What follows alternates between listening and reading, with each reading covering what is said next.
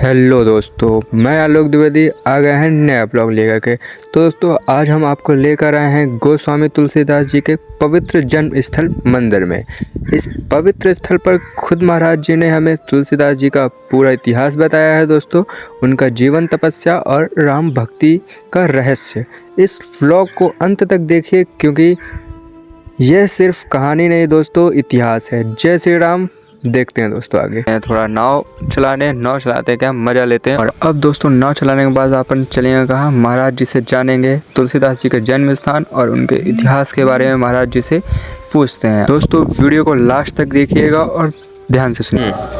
ये हमारे तुलसीदास जी महाराज हैं और यही इनका जन्म स्थान है, प्रसूति गृह, गर्भगृह। जिस कमरे में बाबा जी की माता माँ तुलसी ने बाबा तुलसीदास जी को जन्म दिया था, ये वो स्थान है। और ये प्रतिमा तुलसीदास जी की है और इस साइड में शिव जी की, दाहिने साइड तुलसी के ईश्वर, तुलसीश्वर ऊपर लिखा हुआ है, तुलसीश्वर। इधर भी लिखा है तुलसी प्रसव कक्ष। ये दोनों प्रतिमाएं कृत्रिक नहीं है, प्राकृतिक है। दोनों जमुना जी से स्वप्नों द्वारा प्राप्त मूर्त है। ये कैसे प्राप्त है ये बता रहा हूँ कि ये जितने दायरे में मंदिर बना हुआ है, ठीक इसी दायरे में हमारे तुलसीदास जी के पिता आत्मा राम दुबे जी का पहले कच्चा मकान हुआ करता था। और गुरु में ऐसा होता है कि इनके घर के गृहस्थी के उत्तराधिकारी शिष्य हुआ करते हैं। और गुरु के शिष्य एक आध नहीं होते, ढेर सारे होते, सारे उत्तराधिकारी भी नहीं बन सकते। उनमें से एक प्रधान शिष्य होते हैं जो कि हमारे तुलसीदास जी के पास थे, जिनका नाम था गणपत रामदास जी महाराज। उपाध्याय परिवार से थे और गृहस्थ थे, बैरागी नहीं थे। जब से दीक्षा ले लिए थे बाबा जी से, तो हर समय बाबा जी की सेवा में उपस्थित रहा करते थे। जब हमारे बाबा जी का देहावसान काशी में हुआ, बनारस में, शरीर तो राजापुर में धरे और शरीर छोड़े हैं काशी में। ये दोहा तो विश्वविख्यात ही है कि संबद 1680 अस्सी गंग के तीर, अश्रावण क्षमा तीज शनि, तुलसी तजो शरीर। ये दोहा भी विश्वविख्यात है कि संबद 1554 विषय कालिंद्री के तीर। कालिंद्री यानी जमुना जी, सामने जमुना बह रही हैं, कालिंद्री के निकट, तीर का मतलब निकट। श्रावण शुक्ला सप्तमी तुलसी धर्यो शरीर। 126 वर्ष की आयु थी हमारे तुलसीदास जी महाराज की, इस पृथ्वी लोक में रहे। जैसे इनका शरीर शानंत हुआ काशी में, उस समय इनकी सेवा में गणपत रामदास जी महाराज हमारे पूर्व वहाँ मौजूद थे। जैसे इनका शरीर शानंत हुआ तो वहाँ से इनकी 4 सामग्री बनारस से राजापुर लेके आए। वो 4 सामग्री क्या क्या थी? रामचरितमानस, पादुका, कमंडल और इनकी हाथ की पूजी हुई शालिक राम भगवान की प्रतिमा, जो कि यहीं विराजी हुई हैं। अभी दर्शन करा देंगे। ये लाइन में सारे शालिक राम भगवान हैं, इनमें से एक हैं, अभी विभा के दर्शन करा दूंगा। ये 4 सामग्री लेकर आए और आने के बाद अपने परिवार में बताए कि स्वामी जी का देहावसान हो गया। जैसे यह दुखद समाचार मिला तो पूरे शिष्य परंपरा में हमारे राजापुर कस्बे में जो सन्निकट गांव पड़ते हुए हैं, जहाँ तक खबर पहुँची, इतनी बड़ी शोक की लहर दौड़ गई कि लोगों के यहाँ बाबा का नाम ले लेके रोते पीटते रह गए, अन्न जल का परित्याग कर दिया। तुलसीदास जी की आत्मा को बड़ा कष्ट हुआ, क्योंकि आत्मा नहीं मरती, शरीर छूटता है। जैसे उनकी आत्मा को कष्ट हुआ तो उन्होंने स्वप्न दिया कि ये मृत्यु लोक है, यहाँ जिसने जन्म लिया उसे मरना एक दिन अवश्य है। फिर भी आप लोगों के संतोष के लिए मैं शिव जी के सहित पाषाण रूप में कालिंद्री में पड़ा हूँ, उसे खोज लीजिए, मेरी सेवा कीजिए, मैं आप लोगों की उसी प्रकार रक्षा करता रहूँगा। इनके कथनानुसार 1 हफ्ते तक मूर्तियाँ जमुना जी में खोज करते रहे, लेकिन मूर्तियों का कोई पता न चला। क्योंकि इतने बड़े सागर में इतनी छोटी छोटी प्रतिमा अंदाजन खोज लेना साधारण बात नहीं है। लेकिन अब स्वप्न हुआ है तो खोजेंगे है। 1 हफ्ते तक खोज करते रहे, लेकिन मूर्तियों का कोई पता न चला और निराश होकर अपने अपने घर बैठ गए। फिर से रोना धोना शुरू हुआ तो तुलसीदास जी ने दोबारा स्वप्न दिए कि आप लोग निराश ना हो, मेरे कथनानुसार चलें, यहाँ से पूरब की ओर चलें और जहाँ का जल उबाल करता हुआ नजर आवे उसके दायरे में खोजें। पूरब दिशा का तो इशारा किया, ये भी बताया कि मैं जहाँ पड़ा हूँ वहाँ का जल उबाल कर रहा है, लेकिन इतना चौड़ा पाठ है, ये नहीं बताया कि मैं इस किनारे हूँ या उस किनारे या मध्य में। पूरब दिशा में ही तीनों आते हैं, उधर का किनारा और इधर का किनारा और मध्य। 2-4 नावों में काम नहीं चलेगा। इस किनारे से लगा के उस किनारे तक बहुत सारी नावें लगा के पूरब दिशा की ओर बढ़ाई गई। ज़्यादा दूर नहीं, यहाँ से 1.5 किलोमीटर दूर एक घाट है, जिस घाट का नाम प्रभु घाट है। प्रभु घाट उस घाट का क्यों नाम पड़ा कि ये जो राम कोई नहीं कहता, प्रभु श्री राम, सब कोई प्रभु श्री राम कोई कहता हो तो बताइए। उसी प्रभु घाट से पार हुए थे। जैसे ये हमारा घाट हुआ तुलसी घाट, आगे पुल के किनारे में है हनुमान जी घाट, तुलसीदास जी के द्वारा स्थापना कराई हुई हनुमान जी की प्रतिमा।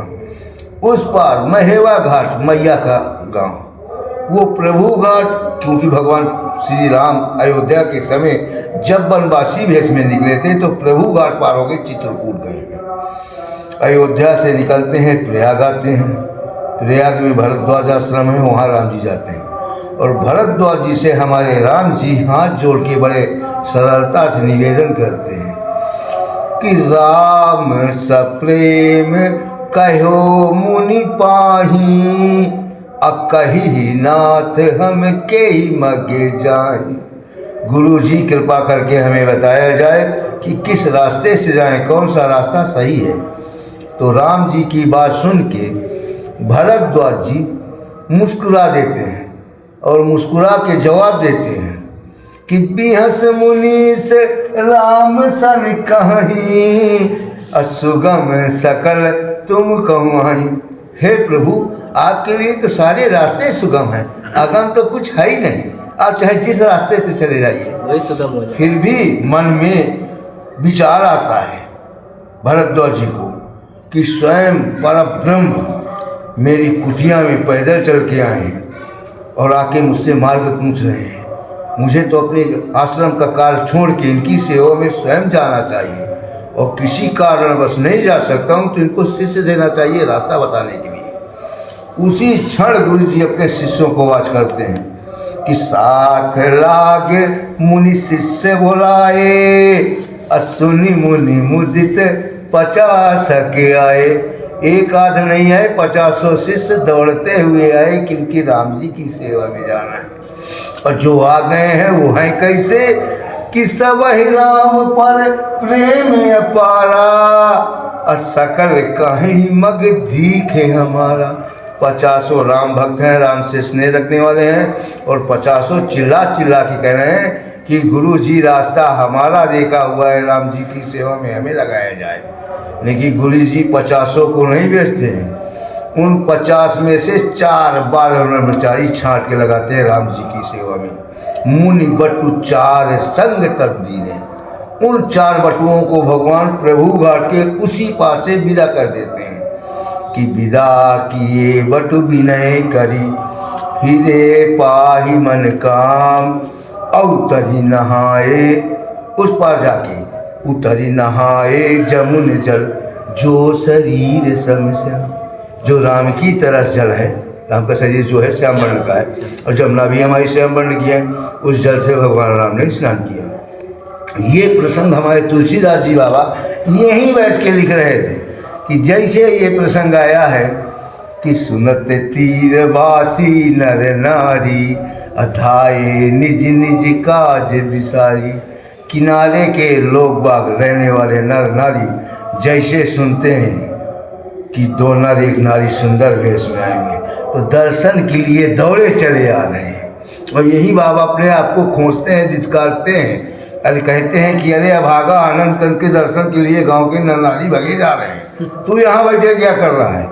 यही बाबा जी की लेखनी हमारे रामचरितमानस में चल उठती है कि तही अवसरी किताब से आवा, तेज पुंज लघुवै से सुहावा, कवि लिखित गति वेश विरागी, मन क्रम वचन राम अनुरागी, सजल नयन तन पुलग निज इष्ट देव पहचान, अपने धलन तल दशा न जाए बखान। लेट के दंड प्रणाम करते हैं भगवान का, भगवान से आशीर्वाद लेते हैं, निषाद को आशीर्वाद देते हैं। इसके अलावा तापस कहाँ आ गए, आया कहाँ गया, हमारी रामचरितमानस कुछ नहीं बताती। तापस का प्रसंग केवल इतना ही है। फिर सीधे यहाँ से निकल जाते हैं वाल्मीकि जी स्थान। सीधे ये चौपाई आ जाती है कि मैं वाल्मीकि जी का स्थान जाते हैं। एक जगह का जल उबाल करता हुआ नजर आया पूरे घेरे से। अब क्योंकि वहाँ अधिक गहराई है तो जो अधिक डुबकी लगाने वाले मल्लाह से गोताखोर लोग, उनको बुलाया गया और उनको कूदाया गया। तो जहाँ प्रतिमाएं पड़ी थी वहाँ का जल भगवत कृपा से सीने बराबर था, वहाँ की यथा जल। पहले शंकर जी की पिंडी प्राप्त हुई, फिर कुछ मिट्टी कुछ बालू में गली हुई तुलसीदास जी की। ये दोनों प्रतिमाएं वहाँ से यहाँ लाई गई। ये तुलसीदास जी महाराज जी का जन्म स्थान होने के नाते हमारे पूर्व वगैरह इस कमरे की विशेष कर रहे थे कि हमारे गुरु जी का जन्म स्थान है। ये समूचा बचा था, बाकी पूरा मकान गिर गया था। तुलसीदास जी के जन्म स्थान में बताया गया, उनके सामने शंकर जी के लिए कच्ची झोपड़ी बनाई गई। इतना था मंदिर में, बाकी कुछ भी नहीं था। फिर एक आए बाबू रेवतीलाल, आगरा डिस्ट्रिक्ट जारखी करके एक गांव है, वहाँ के मूल निवासी थे और जात के सक्सेना कायस्थ थे। यहीं राजापुर में पोस्ट ऑफिस में पोस्ट मास्टर के पद में आए। 3 भाई थे, बाबू रेवतीलाल, बाबू बद्री प्रसाद, बाबू जगन्नाथ प्रसाद। और 3 का तीनों संतान थे, कोई संतान नहीं, न बेटा न बेटी, कुछ नहीं। दुखी रहा करते थे कि आगे हम लोगों का वंश डूब जाएगा। लेकिन बाबू रेवतीलाल जब से हमारे राजापुर आए तब से उनका और हमारे बाबा का अटूट प्रेम बन गया कि जब तक प्रातः सुबह पूजा आदि से मुक्त नहीं होते थे तब तक अंजल नहीं लेते थे, और जब शयन का दर्शन नहीं कर लेते थे तब जाके चारपाई नहीं बैठते थे। एक बार आए प्रातः सुबह, पूजा आदि से मुक्त हुए और अंदर आत्मा से भाव जागृत हुआ, रोने लगे। बोले, बाबा आपके शरण में आने के बाद भी पाप से मुक्त नहीं हुआ, क्या मेरा पाप अभी भी अवशेष है? ऐसा कह के रोने लगे। फिर उन्हें कुछ ऐसा आभास हुआ कि उनकी पीठ में किसी ने हाथ थपथपाया। तो सर मुद्रा में घर गए, वर्ष बीतने नहीं पाया, स्वयं बाबू रेवतीलाल के घर एक पुत्र का जन्म हुआ, जिस पुत्र का नाम उन्होंने तुलसीदास प्रसाद रखा। हमारे बाबा जी का दिया हुआ प्रसाद, और ज़्यादा पेमेंट नहीं पाते थे। कुछ धन अपने घर से लगा के, कुछ धन वो राजापुर से चंदा एकत्रित करके, विशेष बात पति पत्नी ईटा गाला सर में ढोके इसे मंदिर का रूप दिया। तब जाके ये मंदिर का रूप हुआ। फिर बाकी प्रतिमाएं पधराई गई, प्राण प्रतिष्ठा कराई गई। फिर धीरे धीरे हर का कार्य होता रहा है। बाकी मंदिर की कोई गौशाला, कोई भोजनालय नहीं है। यदि मंदिर का नाम उपयोग किया जा रहा है तो क्या गौशाला है मंदिर की, तो क्या भोग प्रसाद में दूध दही घी क्या ठाकुर जी के भोग में नहीं आ सकती है? बस कमाई करने का एक स्रोत है कि तुलसी की गौशाला। सही बात है। तुलसी रिसार्ड, तुलसी भोजनालय, सिर्फ तुलसी का एक संत श्री मुरारी बापू है। मानस का को हटा दे, फिर अपना नाम जाने। मानस गा गा के आज उनका इतना नाम है। और मानस लिखी हुई किनकी है? हमारे बाबा की। उनका सहारा छोड़े कोई नहीं जानेगा। मेन मानस है, मानस से हर व्यक्ति जुड़ा है, सब कुछ है तो मानस है। बाकी मैं ज़्यादा बड़ी बात नहीं कहना चाहता हूँ, मैं भी कुछ नहीं, बस इनका सेवक हूँ, दास हूँ। पुजारी हूँ, न विद्वान हूँ, न कुछ हूँ, उल्टा सीधा जैसे भी है मैं जैसे भगवान की सेवा करता हूँ, बाकी कुछ नहीं। सही है। जय श्री राम। सीता